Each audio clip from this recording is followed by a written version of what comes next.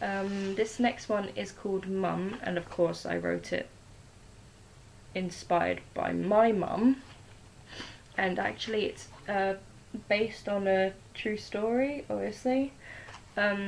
See, my mum has had cancer, I think, 3 times. I've only been alive for 2 of them. And the most recent time, I think I was about 11, and she was in hospital getting part of her bowel removed. And I just remember seeing her lying there after the operation, and she was so out of it. I'm trying not to think about it too much because it's sad, but I mean, she's just in the room across from me, so it didn't end sad, so that's a good thing. And she's fine now, and she kicked cancer's ass, so that's great. But yeah, I'm just gonna move on to the story. She saw her mum laying still on the white hospital sheets. Her eyes were half open and unfocused as they begged profusely to be closed. She was tired and quiet, which was most unlike her. Though her demeanour reflected a calm and peaceful presence, she was also like a storm, full of strength, beauty, and wonder. It was unnatural to see her so small on the bed.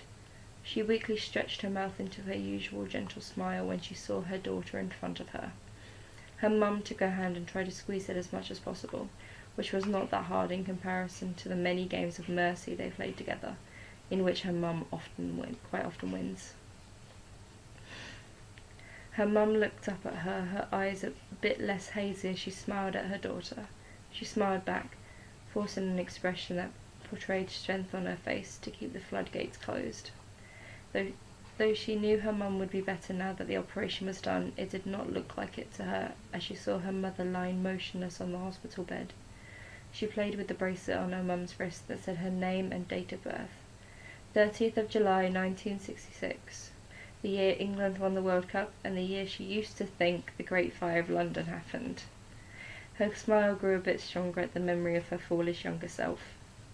"You all right?" she said, squeezing her mum's hand tightly. Her mum replied. "Good," she said, smiling. "You just rest now." She kissed her mum goodbye and ran to join her dad and brother, who were already walking away. She knew how strong her mum was. She knew she would kick cancer's butt, and she did. More than once. Because my mum is awesome. And that's the end of the story. Really short one there because I think I got emotional when I wrote it as well. Because obviously I'm a very emotional person and I put it all into my writing.